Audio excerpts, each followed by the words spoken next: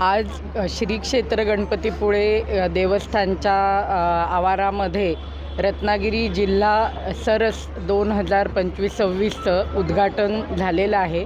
हे प्रदर्शन या ठिकाणी 24 डिसेंबरपासून 28 डिसेंबरपर्यंत असणार आहे।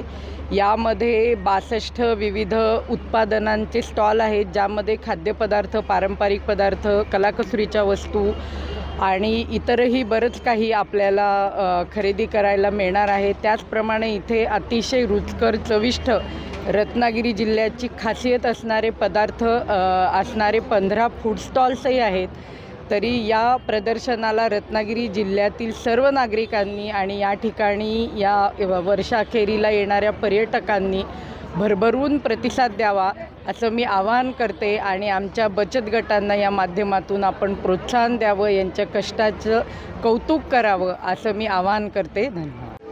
नमस्कार, मी अनुश्री अमोल पाटणे आणि मी एकता स्वयंसहायता समूहाची सदस्य आहे आणि मला हा उमेदचा बचत गटाचा स्टॉल मिळाला आहे। माझे फणसाचे प्रोडक्ट आहेत, रुचिसंगम नावाने माझे फूड प्रोडक्ट्स आहेत आणि आम्ही आज इथे फणसाचे कटलेट हा नाविन्यपूर्ण पदार्थ आणि फणसाचे घारगे, भाजी भाकरी आणि सांदण असे वेगळे पदार्थ आम्ही पारंपरिक आजपासून लोकांना खाऊ घालणार आहोत आणि आजपासून सुरुवात केली आहे। सकाळपासून फणसाच्या कटलेटला एक चांगला रिस्पॉन्स मिळतो आहे, मलाही त्याचा खूप आनंद होतो आहे आणि त्यासाठी मी उमेदचे आणि माझ्या सहकाऱ्यांचे खूप खूप आभारी आहे।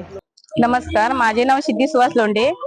आम्हाला जेव्हा हा गट स्थापन करण्यासाठी आम्हाला राठोड सर आणि बारगोडे सरांनी मध उत्पादन करण्याची म्हणजे आम्हाला आधी ही माहितीच नव्हती, तेव्हा आम्हाला राठोड सर आणि बारगोडे सरांनी आम्हाला काय कसं आपल्याला फायदा होईल हे त्यांनी आम्हाला समजून सांगितलं। त्याच्यानंतर आम्ही गट स्थापन केलेला। पहिले आम्ही 30 महिला होतो। 30 महिलांनी नंतर आम्ही नियोजन केलेलं काय कसं ट्रेनिंग घ्यायचं ते आम्ही मग रत्नागिरीत आम्हाला शक्य नव्हतं म्हणून आम्ही आमच्या गावामध्ये घ्यायचं, जेणेकरून आमच्या महिला ट्रेनिंग मध्ये सहभागी होऊयात म्हणून आम्ही ट्रेनिंग घेतलेलं। ट्रेनिंगच्या नंतर आम्ही खादी उद्योग मधून आम्ही 40 पेट्या घेतलेल्या। त्याच्यानंतर आमचा जो हा मध आमचा आपल्या ह्याच्या कुलोळ्यामधून जो आमचा मध चांगल्या प्रकारे उत्पादन द्यायला लागलं, त्यामुळे आम्हाला मार्केटिंग पण व्यवस्थित चांगली मिळाली आणि आम्हाला चांगलं सहकार्य पण चांगलं मिळालं महिलांकडून किंवा इतर आम्हाला बाहेरच्या, जेणेकरून आमचा मद्रास पर्यंत मध गेला आहे। त्यामुळे आम्हाला चांगले जे काय कॉल वगैरे येतात किंवा काय मार्केटिंग होते हे आम्हाला चांगला प्रोत्साहन मिळालंय। उत्पन्न पण चांगल्या प्रकारे आहे आणि ओवा